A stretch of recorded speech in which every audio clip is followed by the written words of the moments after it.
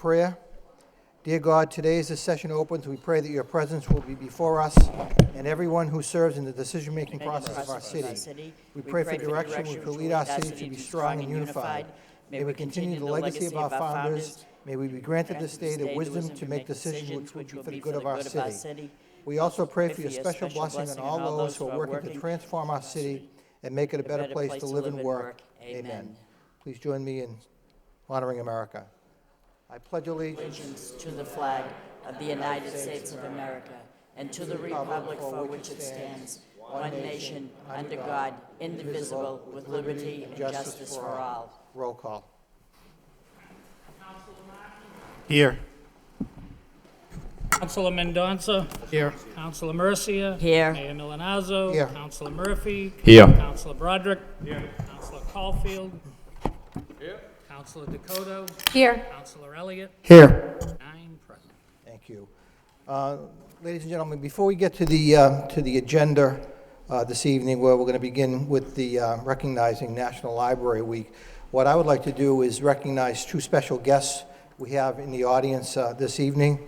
Harry Caulfield and his son, Colonel David Caulfield, who are visiting from Scotland. They're the relatives of our most senior member here of the council, former mayor, current city councilor Bud Caulfield. They're visiting Lowell in the greater Lowell area, and it's my understanding they received the King's Tour today of the city, and we want to thank, obviously, Councilor Caulfield for that. And I would like to have, I believe, David come to the microphone, if you would, and share with us your thoughts about your visit today in Lowell, if I could. David Caulfield. Mr. Mayor, City Councillors, Mr. Manager and citizens of Lowell, thank you for this opportunity. My father, Harry, and myself are over here for about just over 2 weeks to visit our relatives. And we've had a fabulous tour today by one of your most experienced tour guides, Bud. I have to say, I don't think you think you'd be hard-pressed to find a more passionate and more enthusiastic member of the community of Lowell, because he has been a most fantastic guide today, and he is a true enthusiast for this city.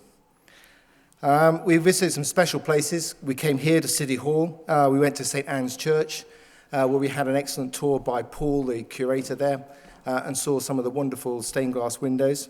We went to St. Joseph's Shrine, to the Boot Mills, where we had an outstanding tour by Sheila Kirschbaum, and she explained all this sort of the wonderful program for education that she is running there as part of the mills and also with the university, which was really fascinating and brought the whole understanding of how Lowell came about to life.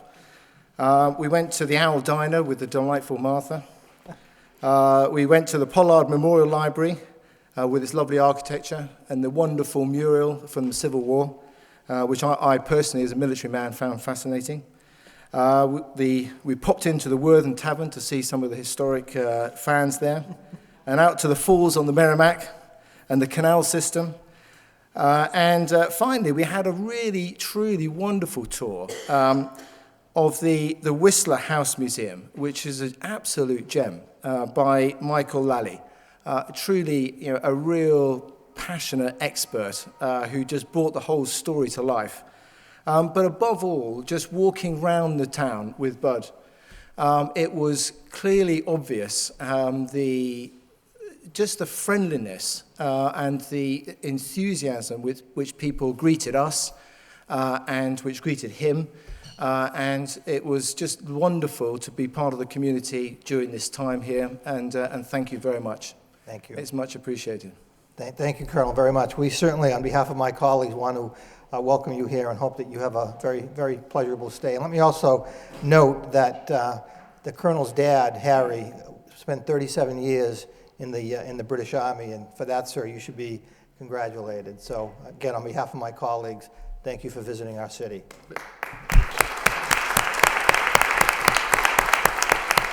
The chair recognizes Councilor Caulfield.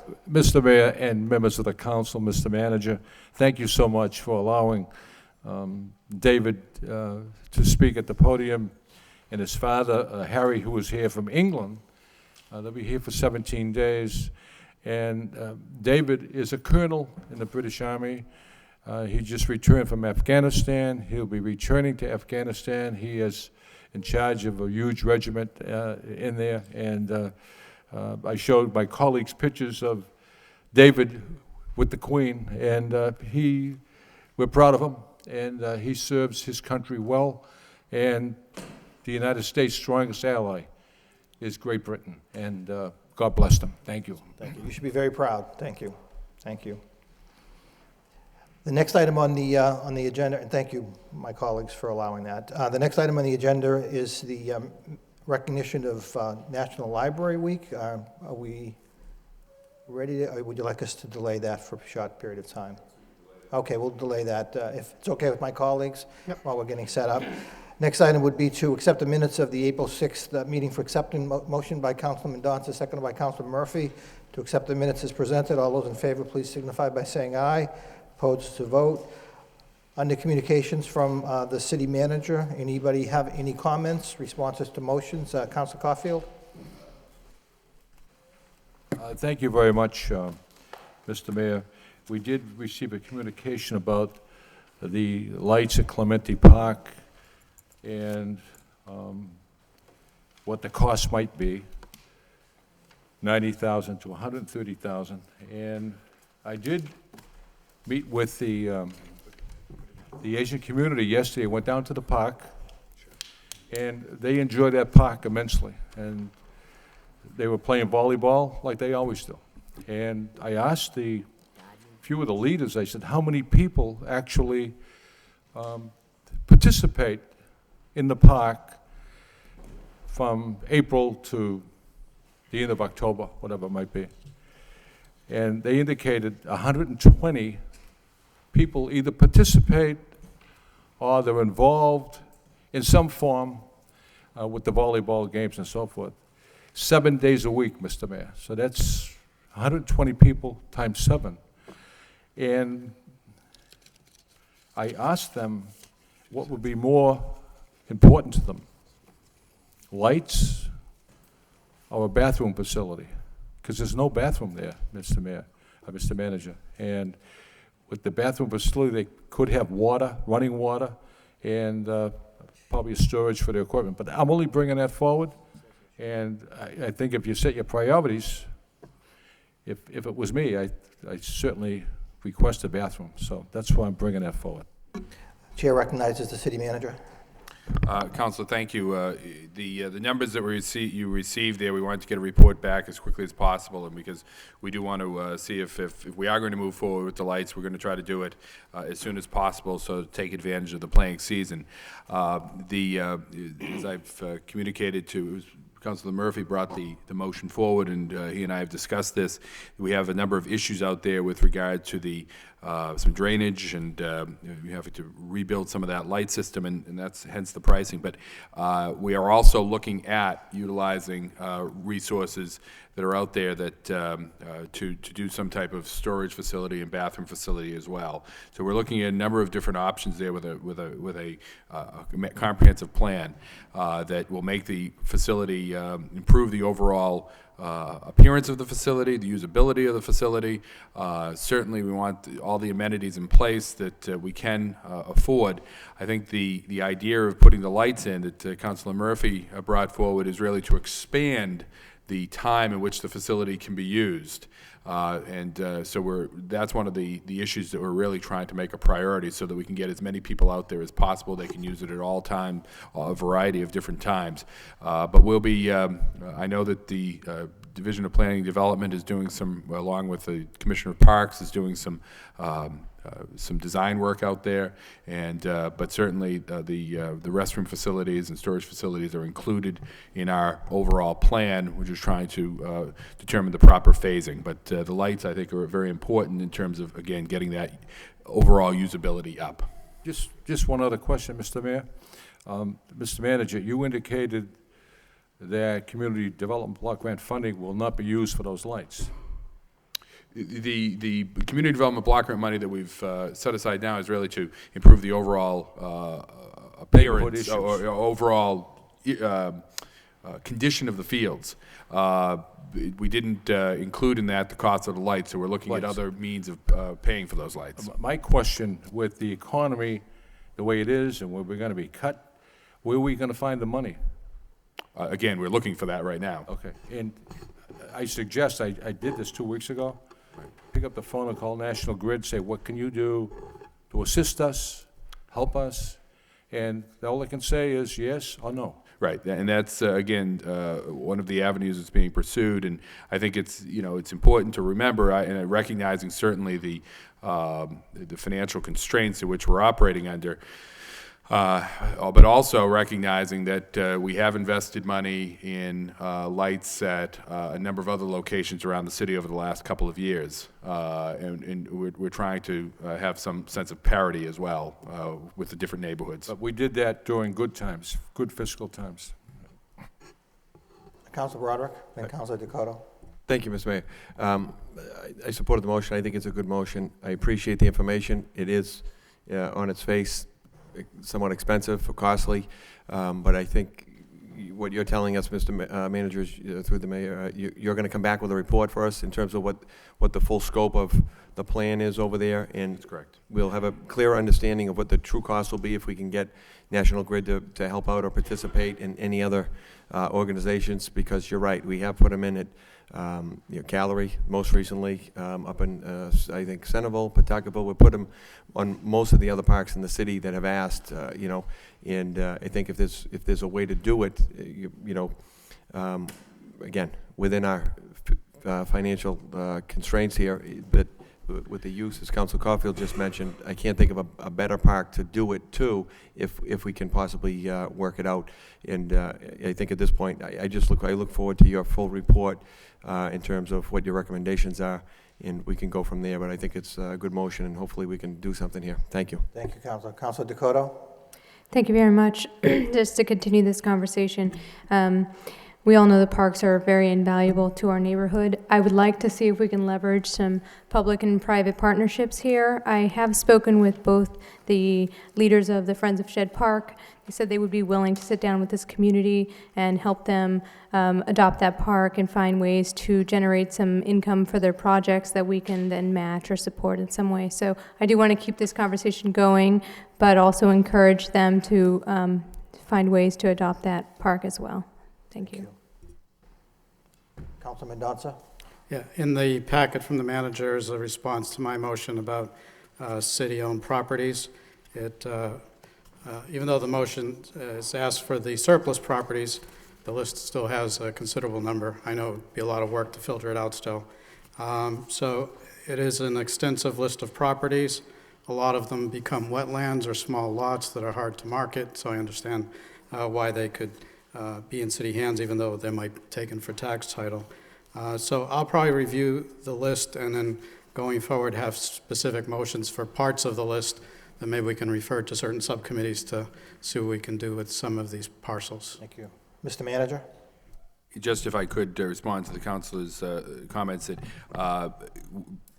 over the last several years, we've made a conscious effort to sell off a number of parcels through the yard sale program, but also larger pieces of property that we've made available, and that's a constantly evolving list, and certainly the administration is continuing to review that as well. Just recently, as we were going through the process of, I provided the council with another piece of communication regarding the location of the police mechanics garage, that in doing that, we looked at a number of those pieces of property as possible sites for that.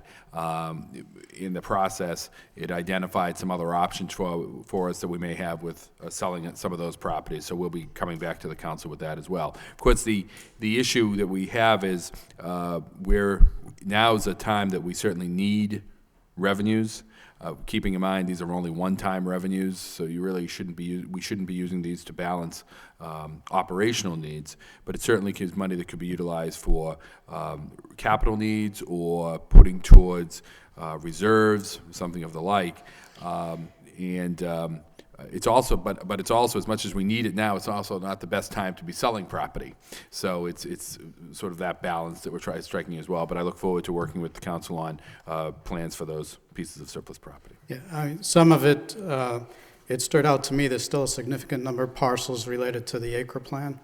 And obviously would probably want to wrap that up at some point, and that's probably one of the avenues I'll be going through to see where we stand with that at a future time. Thank you. Anyone else like, Councilor Murphy? Thank you, Mr. Mayor. Getting back to the issue of the lights, and there was a figure provided, obviously a vast estimate. And the questions I would have would be, you know, the assumptions behind those, and of course, what the anticipated scope of work would be. Because of course, if you're talking about, you know, giant stadium lights like what we have there now, that's going to be significantly more costly than, say, lights just around the volleyball courts that are to a smaller scale.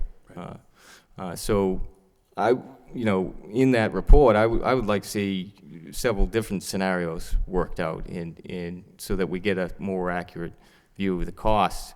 But this gets back to another motion that was responded to this week, and that was about forming maintenance plans, because we wouldn't be at this point, I don't think, of looking at trying to replace something that may be around $100,000 if we were continually maintaining the assets that we do have in the city.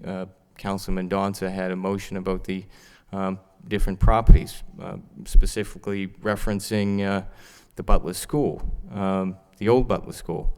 And would we, you know, be talking about that really if we continued to maintain the properties to the extent that we could?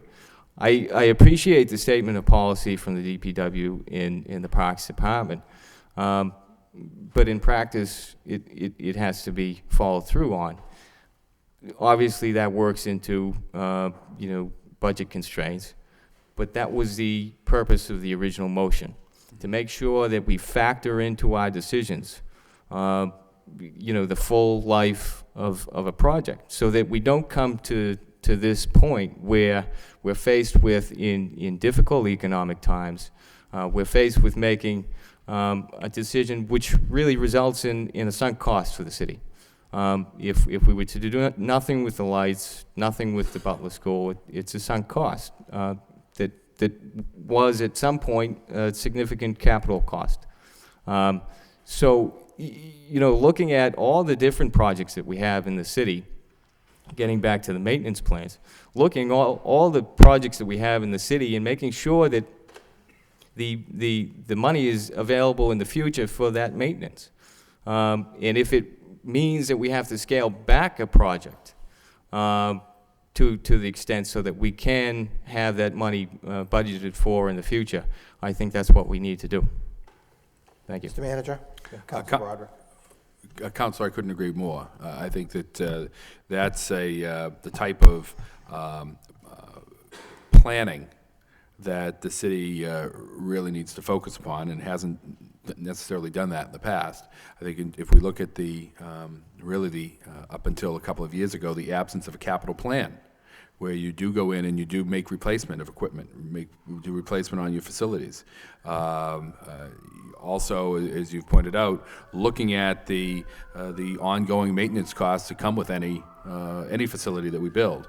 Clearly, those things should be considered and factored into all of the decision making by the administration and by the council. So I couldn't agree more with you on that.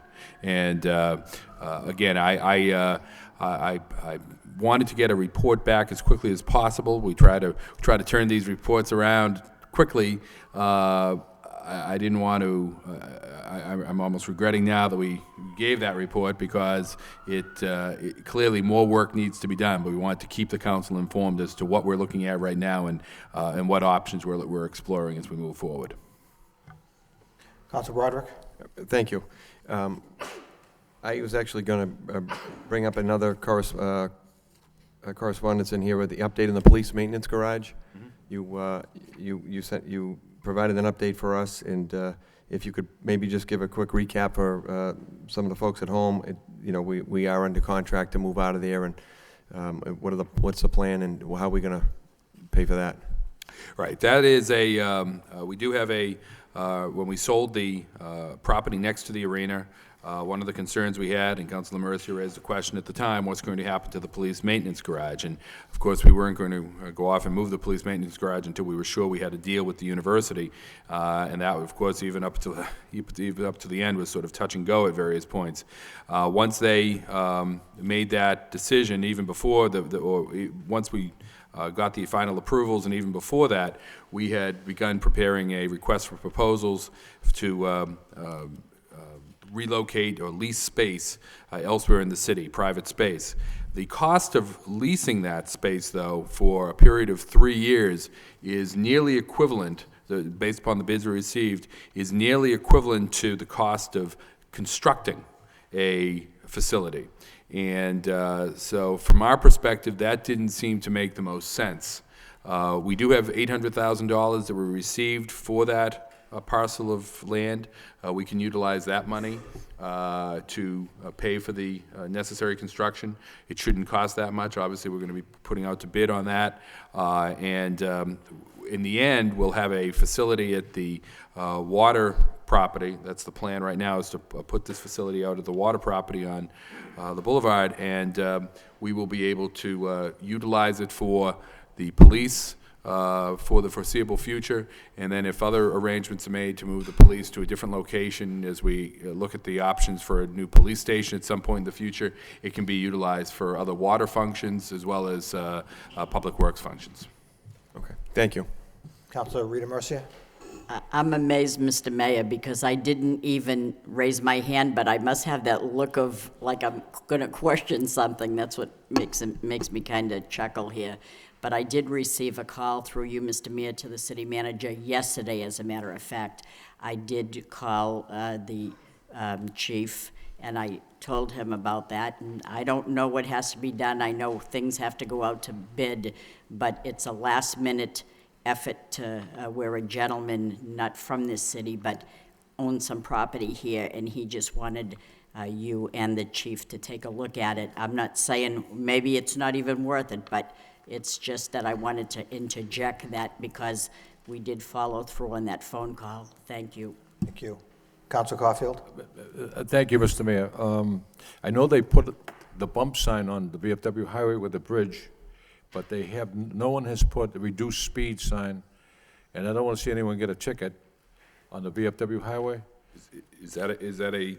Yeah, there's no reduced speed. In other words, you could be going 45 miles an hour, and then you're right down to 30 miles an hour, and the police officers... This isn't an issue that's in the packet this week. This is from prior. No, okay. I just want to bring that to your attention, because... I know that we've communicated with Mass Highway on that, and they were supposed to put that out there, but we'll check on that. Any other, Councilor Dakota? Thank you very much. In response to a minimum maintenance standards report, thank you very much for this information. It lists some of the obstacles for getting these, upholding some of these minimum maintenance standards.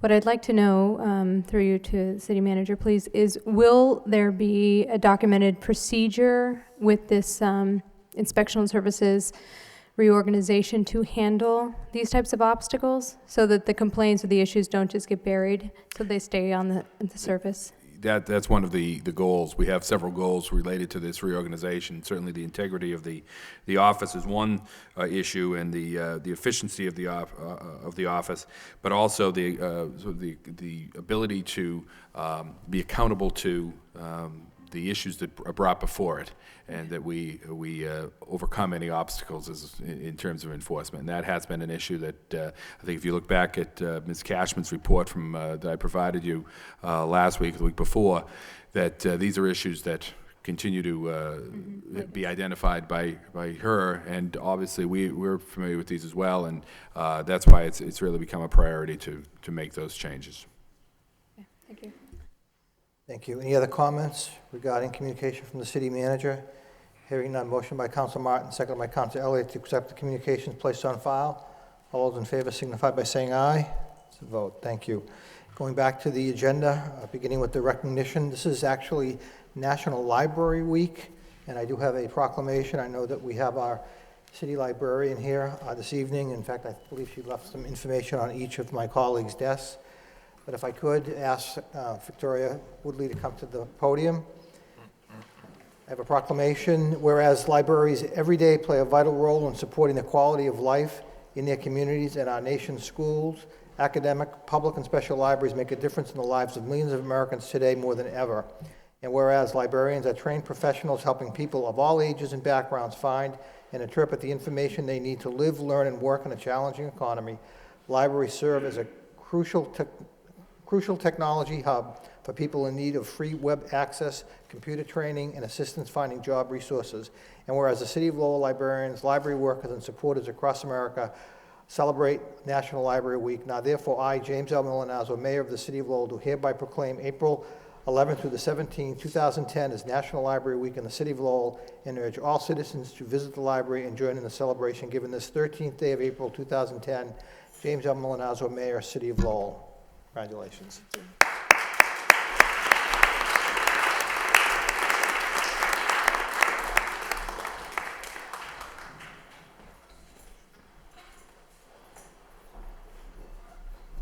Chair recognizes. To carry on in the spirit of National Library Week, we had a poster contest for kids in pre-kinder through 4th grade. We got 96 entries, and the poster was supposed to be drawing a picture about something you liked at the library. So I wanted to announce the 3 winners and the different categories. So hold on a second.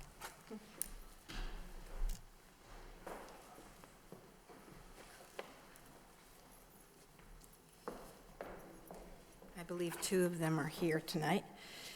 In the preschool kindergarten category, Charlie Cham won.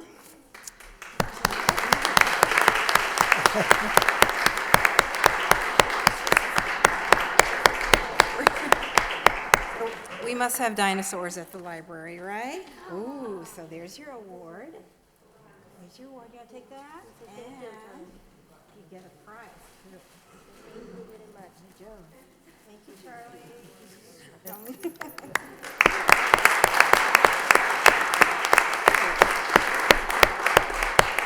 In grade 1 and grade 2 category, Asa DeRoche won first prize. And this is what he likes about the library.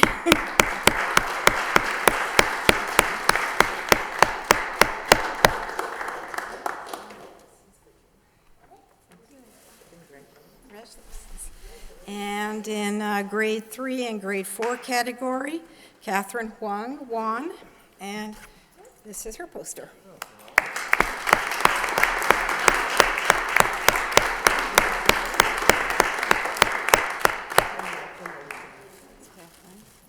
Thank you very much.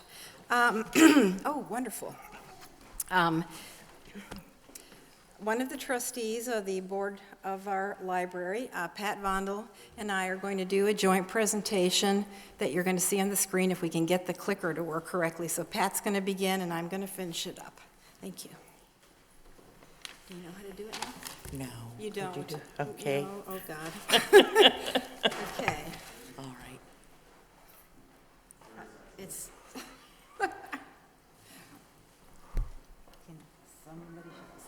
Okay.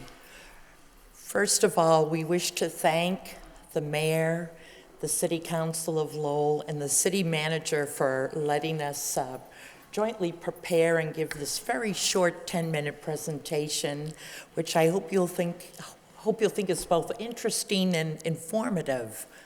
First of all, we just want to underscore the point made by the mayor when he read the proclamation that Pollard Memorial Library is a very valuable public institution and an excellent community resource that serves all of the citizens of Lowell free of cost.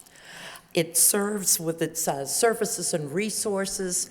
It provides benefits to all age groups ranging from infants to teen mothers to adults with Alzheimer's. So I'd just like to go over a few of the incredible services, and this shows you some of our youngest library patrons, just to underscore the point that we do serve all age groups. Okay. The library has 48 public access computer workstations and internets available to the public.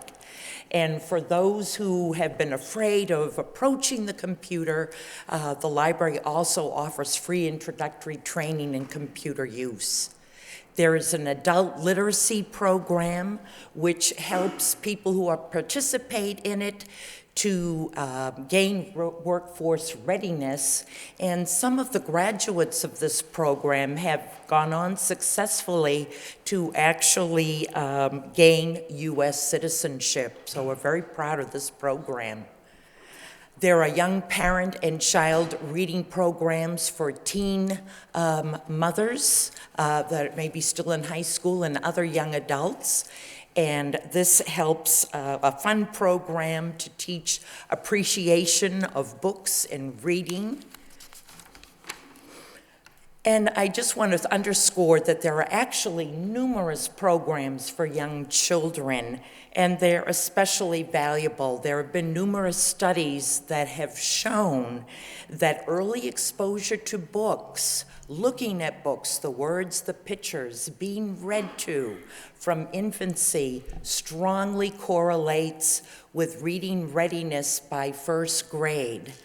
And that is so critical because studies have shown that if you don't have that skill by the first grade, that your progress goes down, and by third grade, you've almost missed the boat. And that it correlates very strongly with frequent school absenteeism and dropout rates. So these programs that the library offers are particularly critical for contributing to the public education system in the city and for leading to productive citizens in Lowell. We have a new program for children. It's a Special Friends Story Time, a special needs program for children with autism. And the summer reading programs are coordinated with the Lowell schools. They're for children of all ages, and they're extremely important because it helps them to retain the reading skills that they've gained at the end of the school year throughout the long summer so that they're ready to progress as they go into their next school year. We also have many programs and services for teens. Teens of this city worked with the Youth Library Services Director to develop their own reading room, and it's very well frequented. And there is a teen advisory group that helps select books and develops programs that will actually attract teens. One of the popular programs is done in conjunction with Jeanne d'Arc Credit Union, and it is helping teens prepare for job searches and also gives them skills in financial management. There is a monthly reading program for adults with Alzheimer's at a daycare center for adults living with Alzheimer's. And then there is the ever popular Parker Lecture Series that was actually established here in 1917, and it's still going strong with many people attending. In the next slide, I want to turn to showing you the demand. I've shown you the supply, so this is the demand side. Over 9,000 people in Lowell have registered to use the library computers in FY10 to date, and 88% of those are adults. This evening, I ran into a young mother pushing her child in a stroller, and I asked her where she was going, and she said she was going to use the computer to make an online job application for a job she thought she qualified for. And that's just one instance to give a little life behind the numbers. But in the same time frame, there have been 46,577 computer sessions, so you can see the demand. The youth services programs have served 3,803 children and teens in just the first quarter alone of 2010. And I think that's remarkable. And here again is a toddler reading program at Halloween. Now I'd like to turn over the presentation to our wonderful library director, Victoria Woodley, who will continue with a few more pieces of information for you. Thanks. Thank you, Pat. Thank you so much for making the slides work for us. Yes. Okay. I'm going to get the downside of the presentation here. We talked about all the lovely stuff, and now the nuts and bolts. How do we serve the people that come to our library? Just a few facts. I've been the director for a couple of years now, but I used to be the coordinator of technical services, and part of that job was to take care of the computers in the library. And due to budget cuts, we haven't been able to hire somebody else to do that job, so I'm trying to do that as well as my functions as a director. And these are the kinds of things we're running into when we lose staff. Our other professional staff are doing things that used to be performed by people who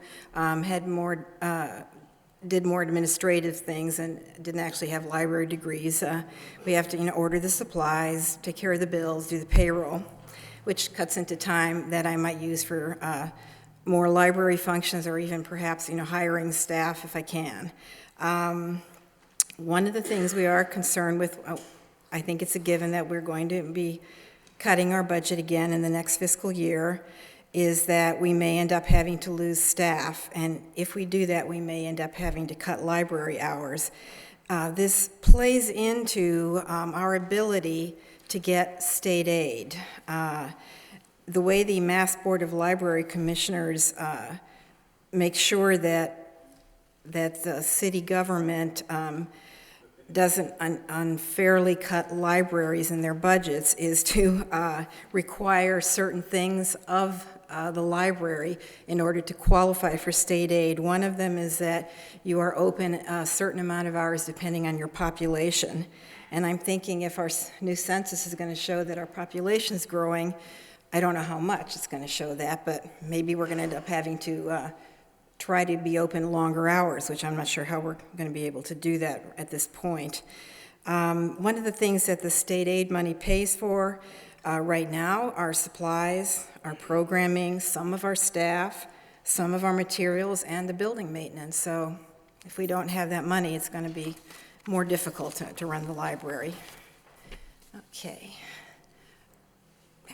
This is a column chart of the last 9 months of the circulation statistics for our library, just to show you. I picked May 09 as the beginning because I was trying to find out where that sudden surge in library usage occurred, and that's probably around the same time as the economic downturn. We show a really high increase in June and July of last year. Then we leveled off a little, and the last column is March of this year, and it's going up again. It's a 16% increase between February and March. So the demand is there. People are definitely coming in, checking things out, asking reference questions to find things. So we definitely have the people coming in if we can keep the library opening. This is just a recap of everything that I've already said. That if we lose accreditation, we don't get as much money from the state. We cannot participate in interlibrary loan, which means if you come to our library and you're a member of our library, you only can use the stuff in the library. You can't get anything from another library. So it would decrease the amount of resources available to our patrons. And the last slide is really sort of an equation there. If we cut staff and hours, we're going to reduce access to key services. But we hope that everybody here believes that Lowell is a dynamic city, and we need a great library here to meet everybody's needs in the 21st century. So thank you very much for your time. The very last slide has my contact information if you need to contact me about anything. And does anyone have any questions you'd like to ask us? Any questions at this point? Councilor Elliott. Yes. How much state aid do we receive for the library? Right now, this year, they've given us $61,000, and we're hoping to get one more payment. They said possibly the same amount, but I don't know. I think it's roughly $150,000 a year, $160,000 a year.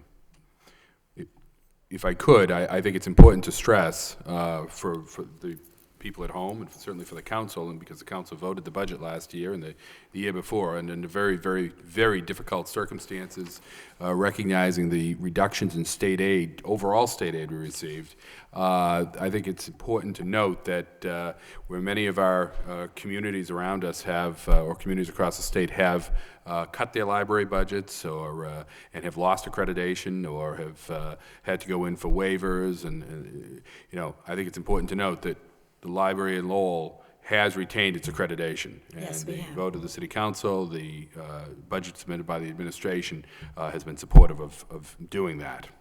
So I think that that's important to note. We certainly hope we can continue to do that. But we hope you enjoyed the presentation and learned something new about what the library is offering. Thank you. Chair recognizes Council Martin. Thank you, Mr. Mayor, and I want to thank Victoria and the other folks from the library that are here. You know, one of the first assignments I had when I joined the city council was to chair the subcommittee on the library, which at the time was undergoing extensive renovation, and I think that we were all very pleased with the way the physical renovation came out. But you know, that's only really half the story. I mean, I think we're all very proud of the facility. The renovation's been magnificent. But really, it's the dedication of the staff and the dedication of the trustees that keep that library as an important facility in the city of Lowell. And you know, in the age of the internet, nothing really has changed as much as basic library service has changed. Those of us that went to school and did research, you know, and the you know, periodicals and things, it's all new now, and those are new skills that people need to learn. Just because it's on the internet, people are surprised they may not necessarily be true. And those are a whole different skill set that people need. And I think our library does a great job of assisting those folks, the patrons of the library.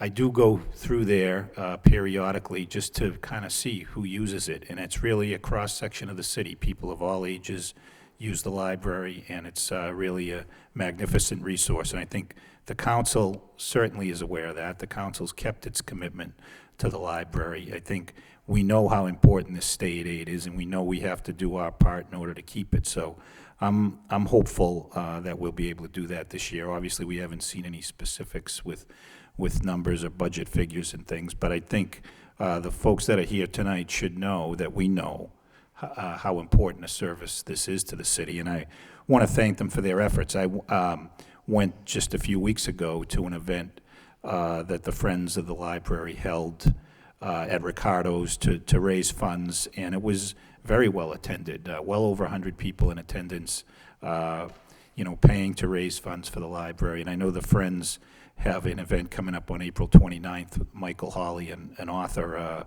the Boston Globe, is going to be there. And that's been a successful event every year, too. When I was mayor, the author that came was William Martin, so I was able to give a key to the city from William Martin to William Martin, which was a lot of fun. But you know, a well-renowned author, and so these are the types of programs that come to the library. So to the folks that are here tonight, I want you to know that we do have a commitment to the library on the council. We showed it with the vote to fund the renovations and the budget votes year in and year out. So thanks again for your good work for the citizens of Lowell, and know that we recognize it. Thank you, Councilor. Councilor Caulfield. Thank you very much, Mr. Mayor. In many cities, towns, and hamlets, we have very many important buildings. The library ranks up with all those buildings. The library is very, very important.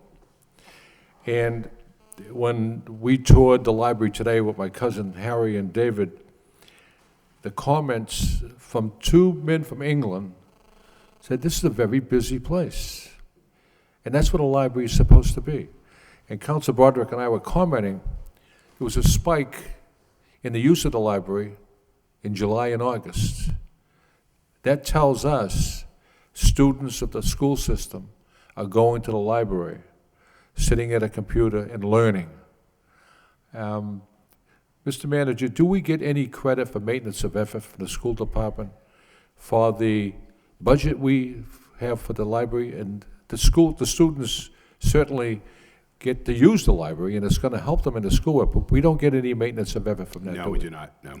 And that's a shame. It really is, because today there were many, many students at a computer, reading a book, investigating, looking for information, and I think that's what we want to see. The library's being used, and it's being used very well. So.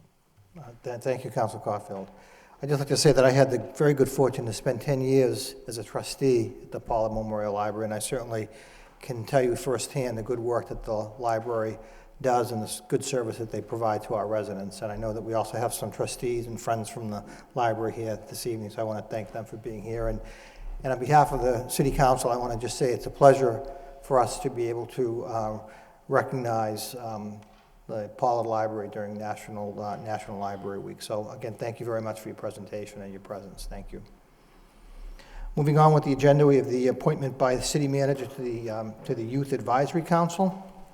And we do have a packet, a memo from the manager to me, actually outlining the new young leaders that he's proposing to the Youth Council. So what I'd like to do, if it's okay with my colleagues, is to get a motion on the floor for discussion. Motion by Councilor Elliott, seconded by Councilor Mercia, and to turn the presentation over to City Manager Lynch. Mr. Manager. Thank you, Mr. Mayor and council members. You have before you tonight the beginning of our Youth Council. This is an organization that, a body that was created, that came out of the work of our several different forces coming together. We had our gang advisory committee that has morphed into more of a youth development council, a youth development committee, focusing on issues involving our young people and how we can engage them and bring them together. We also have a very active youth coalition here in the city that works jointly with that committee that we have working on youth development. And that youth coalition consists of the Lowell Boys and Girls Club, UTEC, Big Brother, Big Sister, Lowell Community Health Center, and the YWCA. And what came about is a recognition and a support for the idea that a body should be created made up of the young people of the community, the young leaders of the community, that will work on issues that they deem to be important to the young people and important to the future of the city. So there may be issues that are directly related just to what the young people see as priorities right now, but also giving them an opportunity to become engaged in the discourse of issues here in the city related to the future of the community that one may not necessarily think right off the bat are of interest to young people. But in fact, they as a segment of our population have a very clear idea of where they would like to see the city move forward. And this body will give them an opportunity to weigh in, and will also give them an opportunity, and other young people of the community, an opportunity to be engaged in what goes on here in the city of Lowell, and what's important for the city of Lowell. So it gives me a great deal of pleasure to appoint this first group. This is 9 individuals that have been selected by the Youth Coalition members that will get this council off the ground. They will be working with the administration. They will also be weighing in on issues with the City Council. They're intended to work jointly with, cooperatively with the Youth Commission of the city. And again, give them an opportunity to discuss and give them an opportunity to weigh in. So if I could, I'll just read the names and then ask the clerk to swear them in. The 9 members are Osa Adoge, Charles Shaw, and maybe if each one could stand. So Osa, Charles Shaw,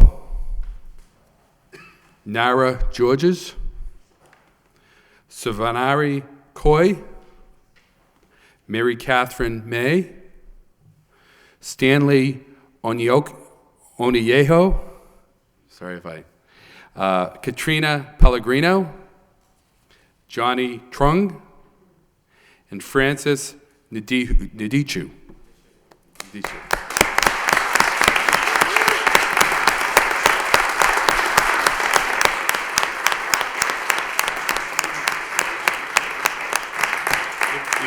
If each member could come in here, right in front of the table, and the clerk will swear you in.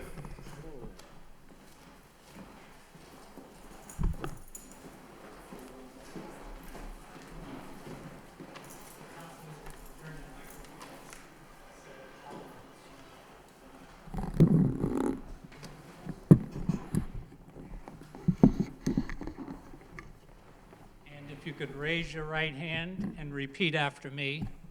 I, in your name, do solemnly swear and affirm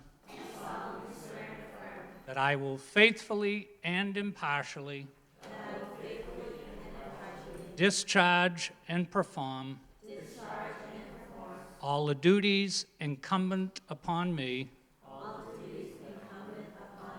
as a member of the Lowell Youth Council for the city of Lowell. So help me God.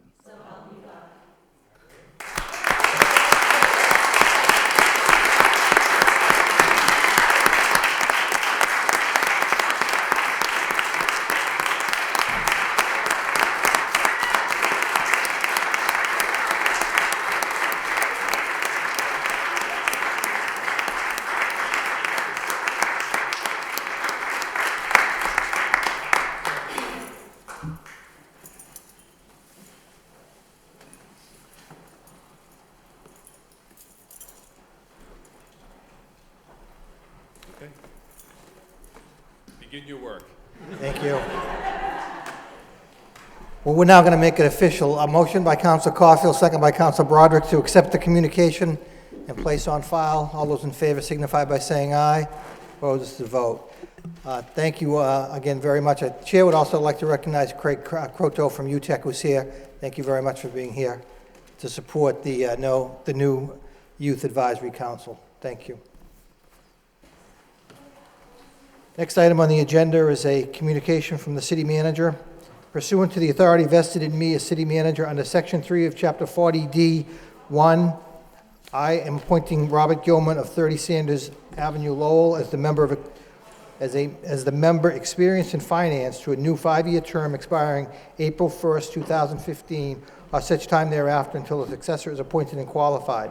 I'm also appointing Adam Bakey, 108 Jeunesse Street, Lowell, Mass., to fulfill the unexpired term of Matthew Coggins as the member experienced in city government, which term expires April 1st, 2012, or such time thereafter until a successor is appointed and qualified. Under the above referenced statute, confirmation by the City Council is required for these appointments and is hereby requested. I would be happy to answer any inquiries that you may have concerning these appointments. Very truly yours, Bernard F. Lynch, City Manager. Second reading by title, reappointment, appointment to the IDFA. Motion by Councilor Martin, seconded by Councilor Murphy. Roll call. Councilor Martin? Yes. Councilor Mendonça? Yes. Councilor Mercia? Yes. Mayor Milanazzo? Yes. Councilor Murphy? Yes. Councilor Broderick? Yes. Councilor Caulfield? Yes. Councilor Dakota? Yes. Councilor Elliott? Yes.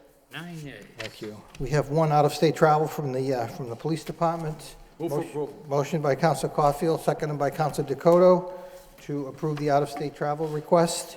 Roll call. Councilor Martin? Yes. Councilor Mendonça? Yes. Councilor Mercia? Yes. Mayor Milanazzo? Yes. Councilor Murphy? Yes. Councilor Broderick? Yes. Councilor Caulfield? Yes. Councilor Dakota? Yes. Councilor Elliott? Yes. 9 yeas. Thank you. In City Council order pursuant to Chapter 266 of the Code of Ordinances, City of Lowell, Massachusetts, concerning Section 266-6 thereof entitled Temporary Experimental Regulations, temporary traffic regulations are hereby implemented for a period of 60 days. Whereas the City of Lowell desires to make temporary rules regulating traffic under actual conditions for a period of 60 days, and whereas Chapter 266 of the Code of Ordinances, City of Lowell, Massachusetts, Section 266-6 thereof entitled Temporary Experimental Regulations authorizes the City Council to make such temporary rules for a period not to exceed 60 days. Now therefore be it ordered, adjudged, and decreed by the City Council of the City of Lowell as follows. Effective immediately, for a period of 60 days thereafter, the following temporary traffic regulations shall be implemented. Section 266-56, parking prohibited on certain streets at all times is hereby amended by adding the following. Wellman Street. Both sides from the easterly curb line of Chelmsford Street running a distance easterly 216 feet.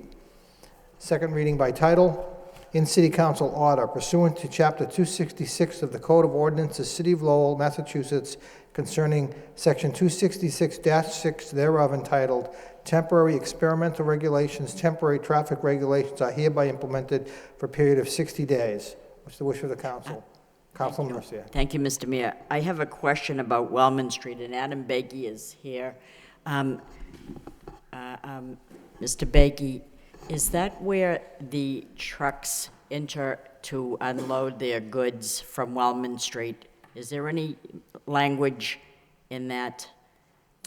Well, actually, the Wellman Street is a small street that connects Chelmsford Street to the Connector Park mini towers, essentially in front of where the new Lowe's is located, between that and the Stairway Plaza. What's proposed is to prohibit parking on that street. It's not a street that's currently designed to accommodate parking, and there really isn't sufficient width, but there is no ordinance or order prohibiting the parking. The deliveries to Lowe's and to Connector Park are all supposed to take place on Lowe's Way, which is off of Industrial Avenue from the other side of the site. And that was a requirement of the permitting process for the Lowe's, so that none of the delivery trucks were traveling through the neighborhood. But I'm understanding as of this afternoon from a resident on Wellman Street that that's not happening, that trucks are coming onto Wellman Street to unload their goods into the Target from Wellman Street. And I thought that that was part of an agreement that they're not supposed to do that. We certainly can take a look at that. That is not supposed to be Yes. the case. Now, there are some businesses that are located in the Stairway Plaza, and for them, the loading access is by way of Wellman Street. Those are smaller businesses, and it's possible that was the trucks that people saw. But, No, but we because certainly the can look owner at it. that owns that development is the one that told me, so. Okay, well, we can take a look at Can that. I tell you? Thank you, Council Mercier. Any other comments, questions? Roll call. Councilor Martin? Yes. Councilor Mendonça? Yes. Councilor Mercia? Yes. Mayor Milonazo? Yes. Councilor Murphy? Yes. Councilor Broderick? Yes. Councilor Caulfield? Yes. Councilor Dakota? Yes. Councilor Elliott? Yes. 9 yeas. Next item, ordinance zoning, amending Article 7, wind energy facilities. Next item, ordinance, if I could take these all at once, they're all going to the planning board for report and recommendation. Ordinance zoning, amending Article 9, floodplain overlay district. And then the last one, ordinance zoning, amend form-based zoning, Hamilton Canal. And they all need to be referred to the planning board for report and recommendation by Council Martin, seconded by Council Broderick. Council Martin. Thank you, Mr. Mayor. I have a question about the one about floodplain. Mr. Manager, there was a report in your communications, I guess probably the only one we didn't talk about earlier, was the notion that the city had to make improvements to the levee system in order to not be decertified, which has the result of now more homes having to purchase flood insurance. I assume this is the zoning ordinance now that the federal government is requiring of the city. That's correct. So this is the government here to help.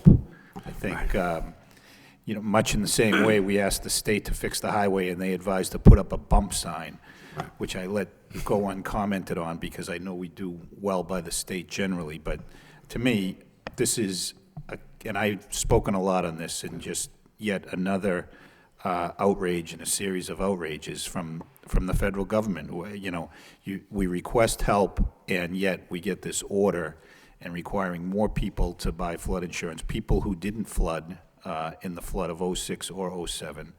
If I understand the earlier report, we're not going to be able to retain certification until the pump station is fixed. It's not as if we complete one of the three steps, they're going to let us back. We have to complete all 3.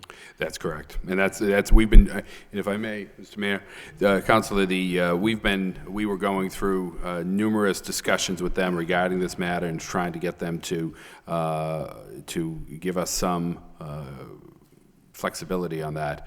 But in light of the Katrina situation, they've taken a very hard line with every community that they expect that any levy or flood control that they put in, that they expect the community to maintain those. And you may recall that it was in the fall of 2006, on a site visit by the Corps of Engineers, that they alerted us to the fact that communications had been forwarded on to the city in the past, telling us that we were risking certification, and we immediately, as soon upon receiving that, I advised the council, and Mr. McCarthy and I, and Mr. McCarthy through Mr. McCarthy, our engineers began immediately trying to retain the certification, but putting together the plans to fix the levee, deal with the vegetation, and and fix the pump station. And very sizable costs, but again, these were all measures that the federal government did take back in the 1940s to deal with the flooding. You're right. In many of the houses that are now in the floodplain were not flooded in 2006. So it's not entirely clear to us why that wasn't the case. But in their analysis of because we hadn't maintained it through all those years, it was as if the levee never existed. In their mind, as if the pump station never existed, and as if the flood wall never. So all those areas suddenly become now, according to their standards, part of the floodplain. So we're moving quickly, and that was why it was so important that this council, or the prior council, took the vote to move forward with the bond issue, to do something about the pump station, to do something about the levee, and we had already moved forward with the vegetation, so that we can, as soon as that's done, we can quickly go back and become recertified and change the floodplain maps. Hey, is the pump station going to provide other benefit too, in connection with maybe the combined sewer overflow problem? I hope we're not doing it just for this. No, the plan is to utilize that for the CSO project. Mr. Young has advised me that there's some opportunities there that will tie in with the CSO, because you're right, otherwise it doesn't seem to make a lot of sense. That pump station hasn't been working for decades. And of course, we had the flood in 2006, and we had one in '87, where it was never needed, and then you go back into the 50s, I think there was some flooding back then as well. So, in the consequence of not approving this amendment, when it does come back, would be the whole city is decertified, That's right? correct. Yeah, okay, thank you. Councilor Madonza, then Councilor Broderick. Yes. Actually, the city manager brought up what I was going to ask about, which was the bonding that took place a couple of years ago. So does that put in place the financing necessary to move forward with restoring the pump station? It does put the funding authorization in place. We have that authorized by the City Council. We've not borrowed that as of yet, because there's a process that we have to follow in terms of the steps along the way. So we've done the vegetation. We're doing the levee this year. By the fall, we'll have approval of what we're going to do with the pump station, and hopefully we'll be able to move forward with that next construction season. And we'll be able to move from there. And it's when all those 3 things are completed that then we can apply to FEMA or to reverse this flood zone map. That's correct. Thank you. Councilor Broderick, then Councilor Caulfield.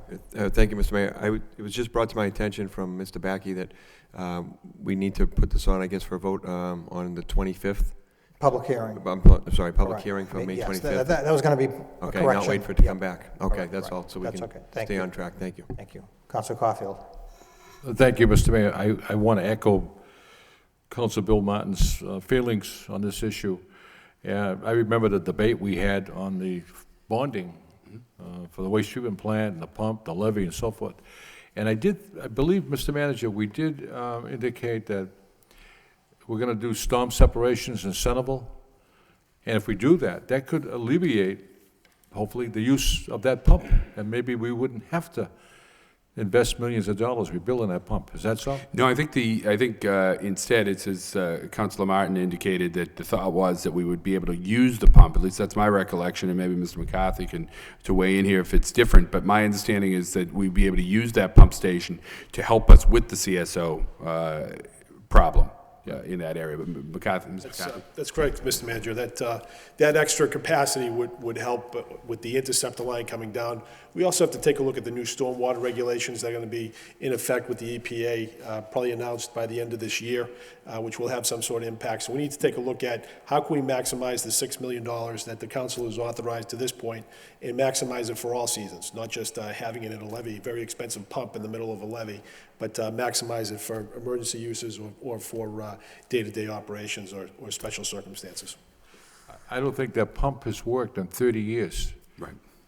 Yeah, and now they're telling us we have to rebuild it, so that was my feelings on it. Thank you. All good questions. Any other comments, questions? The motion would be to refer to the planning board for report and recommendation and to schedule public hearings for May 25th. All those in favor, please indicate by saying aye. Opposed, it's a vote.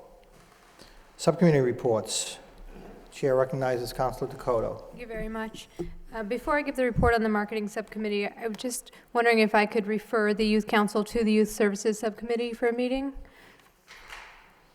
Motion by Councilor Dakota to refer that to the youth subcommittee, second by Councilor Broderick. All those in favor signify by saying aye.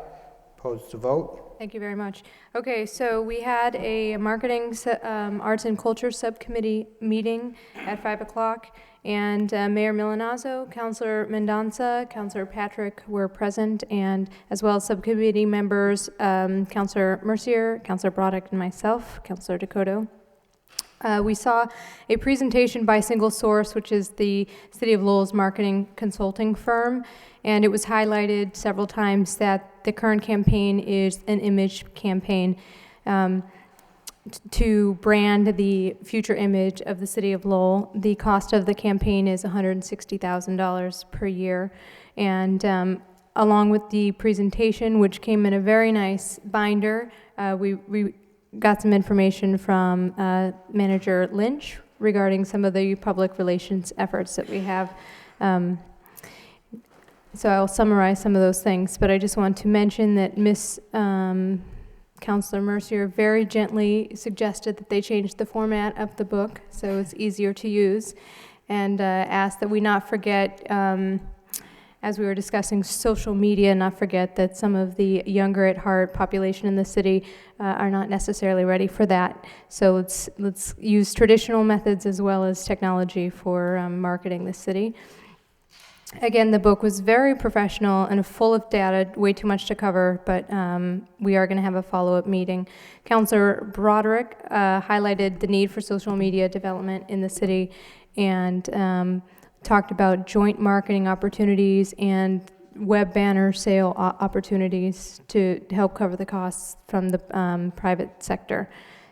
And then we raised questions about the return on investment, getting hard numbers from that marketing data, and they will bring that to us as soon as they're able to gather that.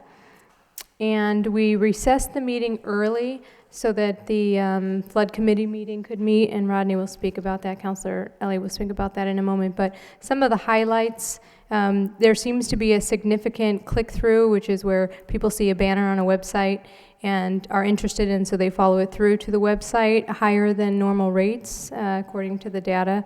And also with the public relations efforts, we've had several articles recently in prominent Boston papers, which is a great plug for Lowell. Also, Chronicle will be featuring some of our artists at Western Ave.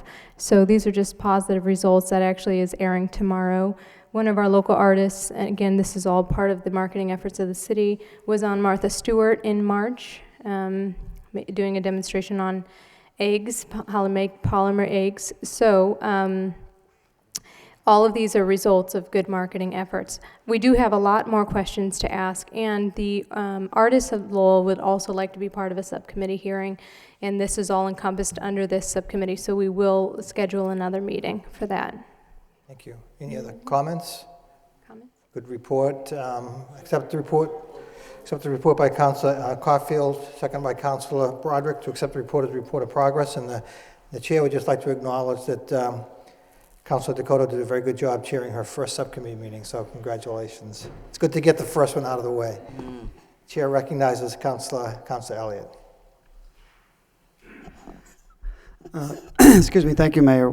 The flood subcommittee met yet again this evening to discuss two items. The primary purpose behind the meeting was to discuss the proposed bladder system or Crestgate Dam that was being proposed by Boot Hydro. But we had also learned as of last night the motion for injunctive relief that the city was seeking in federal court 3 weeks ago, Madam Solicitor. The judge did render his decision and it was denied. But that doesn't mean that the issue is dead. The solicitor went on to indicate the two paths of mediation at this point, and the city is pursuing those paths. Essentially to have the Wang agreement that is referred to be abided by Boot and Hell and keep the flashboards at a certain height. But the second point of the subcommittee meeting was to have a discussion relative to the bladder system that's being proposed. The Federal Energy Regulatory Commission has requested Boot and Hell,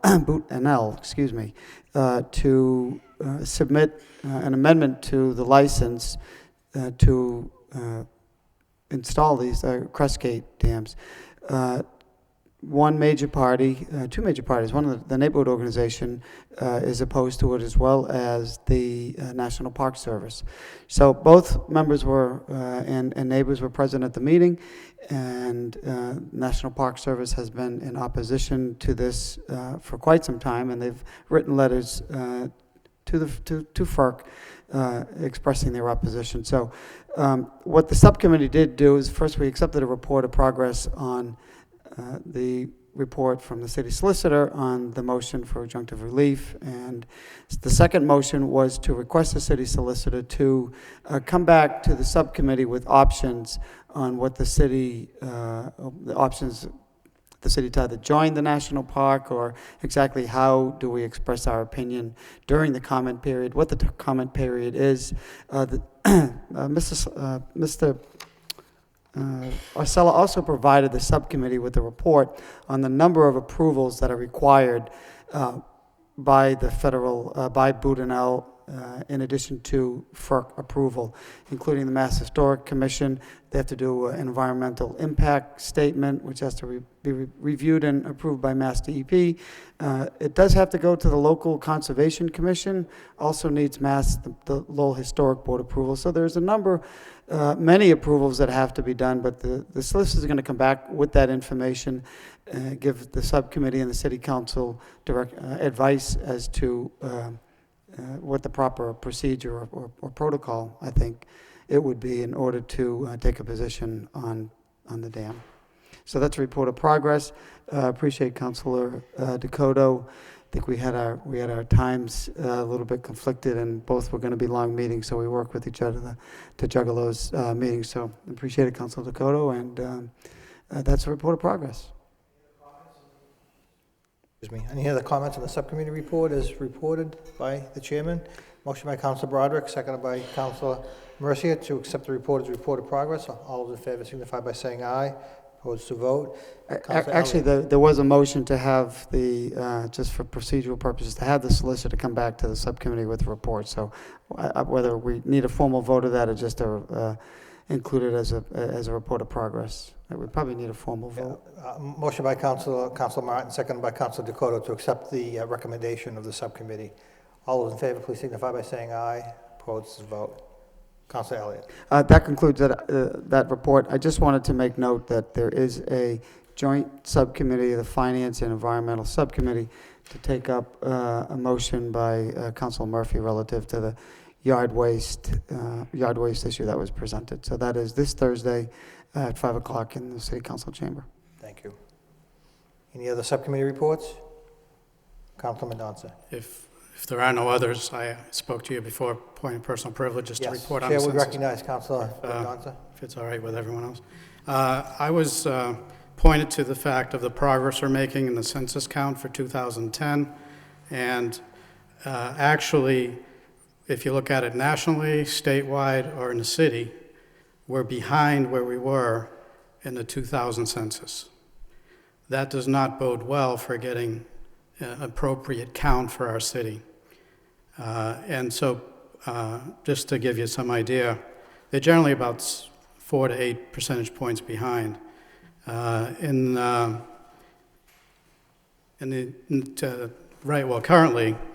the city, let me start nationally. Nationally, we're doing about 66% return rate on the mail that we received. And in the year 2000, at this point, we'd be at 72%.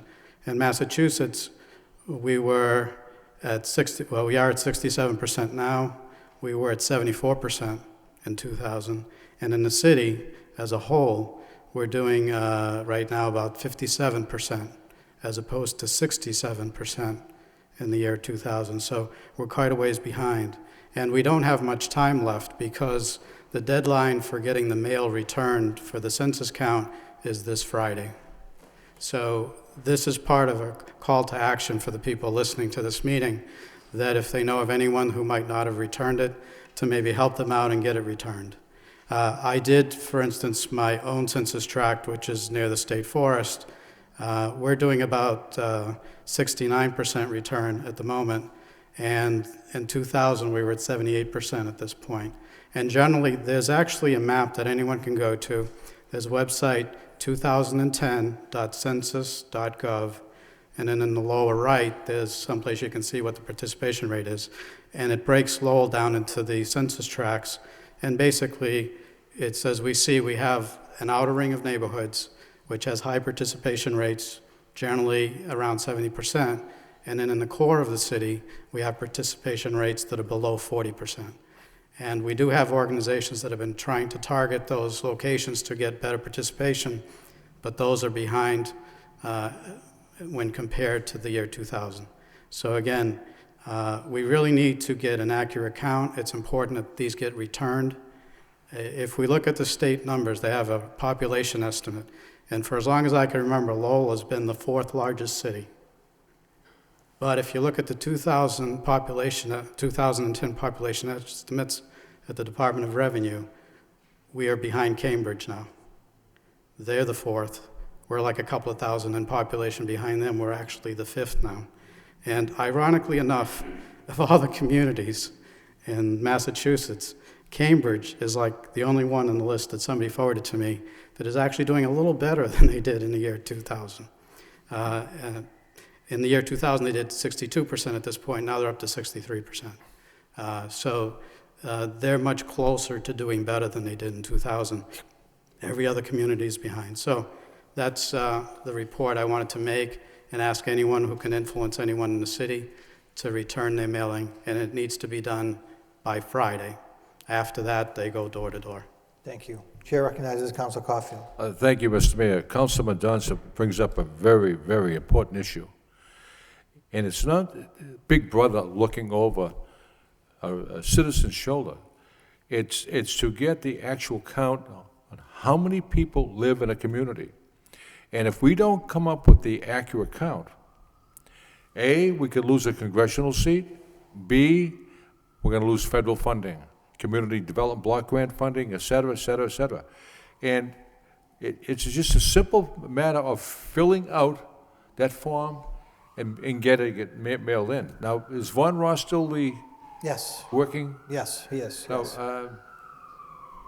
I would ask for a meeting and see what the update on that issue is, because Congressman I'll follow that up. Songas too. But Okay. this is very, very important, very important. And the 2000 census indicated we had 104,000 people residing in the city of Lowell. It's at least 120,000 living in this city. And if we don't come up with an accurate count, and there's more people living in this city than the count shows, we're going to pay for that. No, good point. And thank you for bringing that up under your point of personal privilege, Councilman Johnson. Thank you. I don't believe we have any action to take except to follow up on what both you and Council Caulfield said, to follow up with Von Ross and the Congresswoman's office, which I'll be happy to do. Under petitions, we have one claim, property damage, referred to the Law Department by Councilor Murphy, second by Councilor Mercia. All those in favor signify by saying aye. Vote, thank you. One pole location, National Grid to place one pole on Lakeview Avenue, refer to a public hearing on April 27th by Councilor Dakota, seconded by Councilor Martin. All those in favor signify by saying aye. Vote, thank you. Moving on to the motion portion of the agenda. First motion by Councilor Caulfield.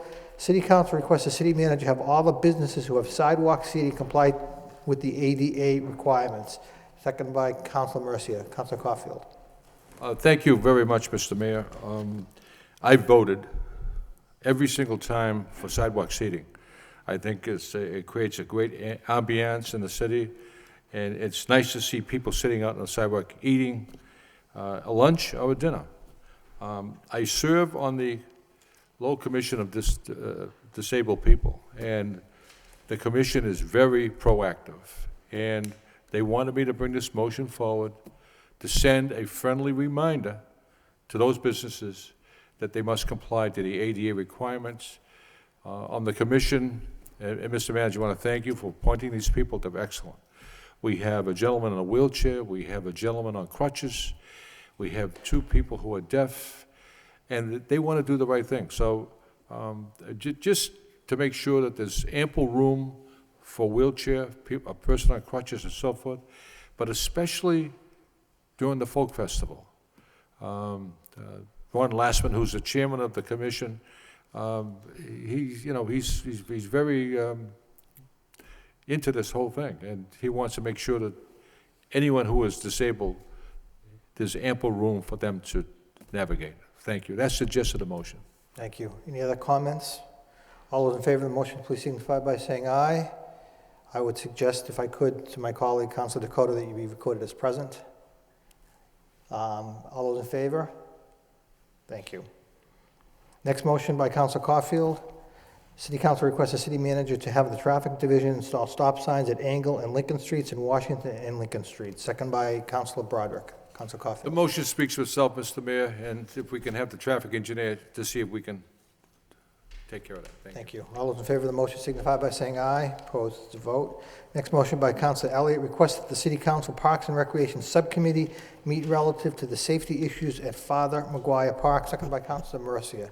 The motion does essentially speak for itself, Mr. Manager. There have been some safety issues in the past, and the police have been helpful, but they're recurring issues. If we could just revisit it, Mr. Manager, and I know your office has been out there, Parks and Rec, they've trimmed back the trees and bushes, but I think we may be looking for, a couple of the organizations may be looking for lights. There's a light in the far corner where kids, and I don't know if they're gang members or not, hang out. So the motion speaks for itself. Mr. Manager? If I may, Councilor, would it be helpful if my office contacted the organizations, found out what they were looking for, so we could come back? Absolutely. I think that makes a lot of sense. So I will send you their telephone number or email addresses tomorrow. Great, thank you, Councilor. Thank you. Accept the motion. All those in favor of accepting the motion, please signify by saying aye. Opposed, to vote. Next motion by Councilor Mercia.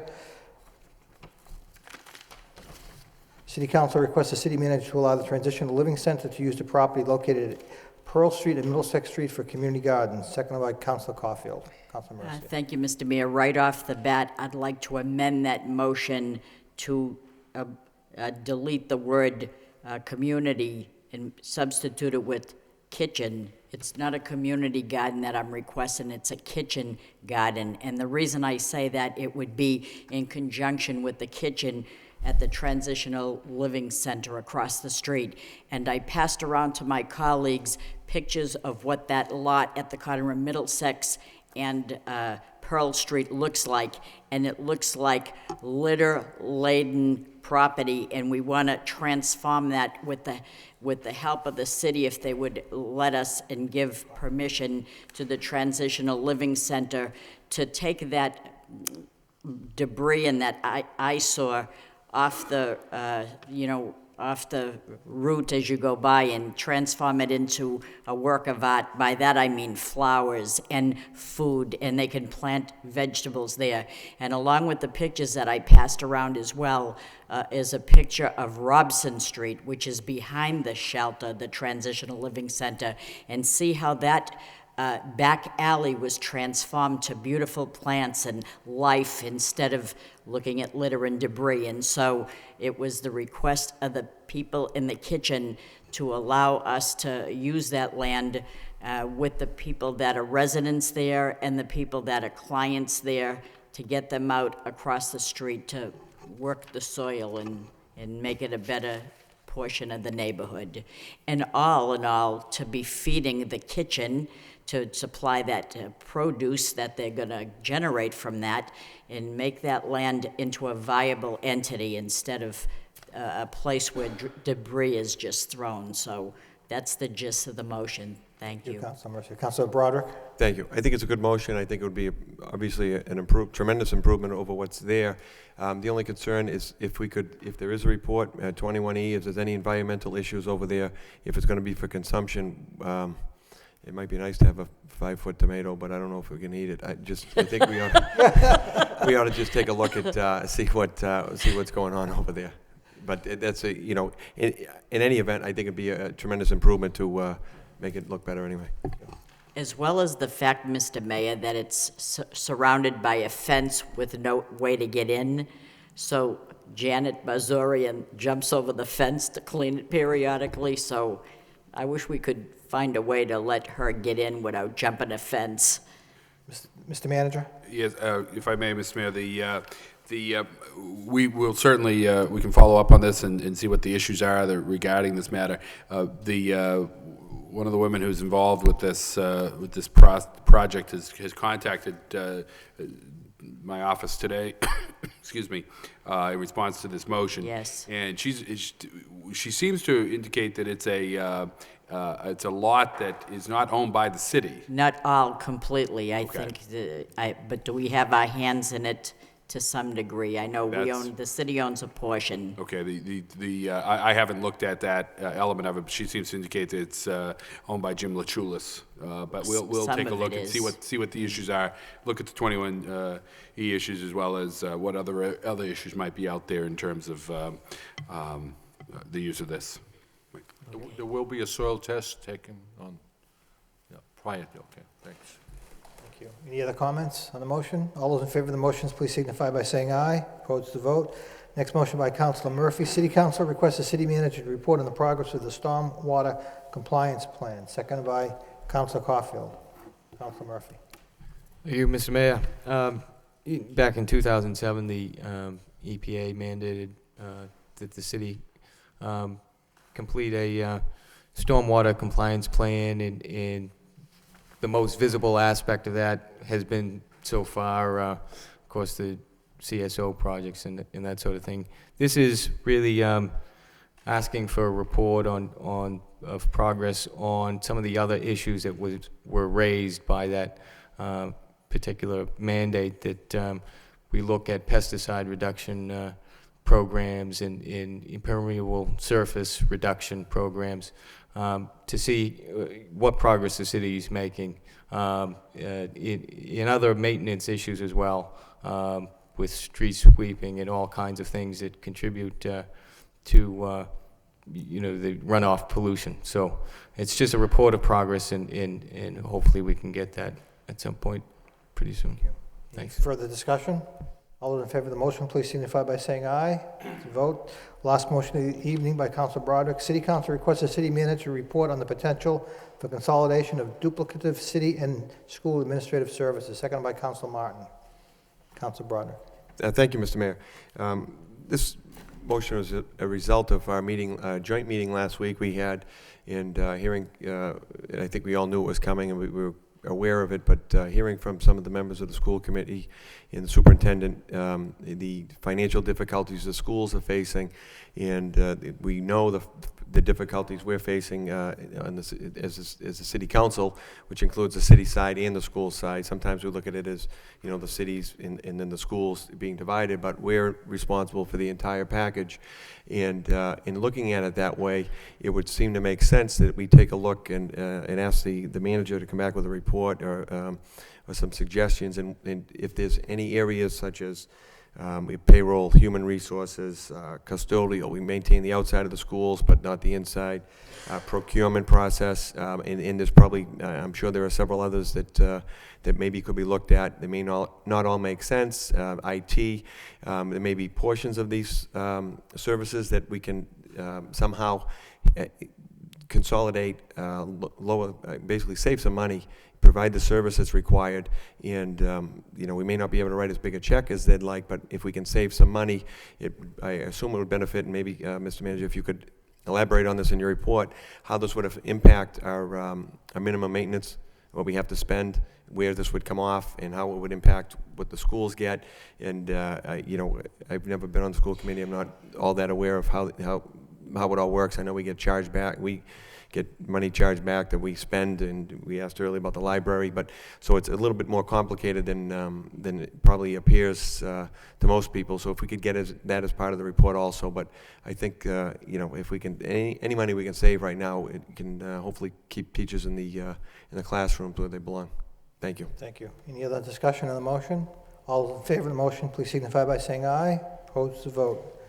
Thank you. Before we adjourn, if I could just bring up two quick items.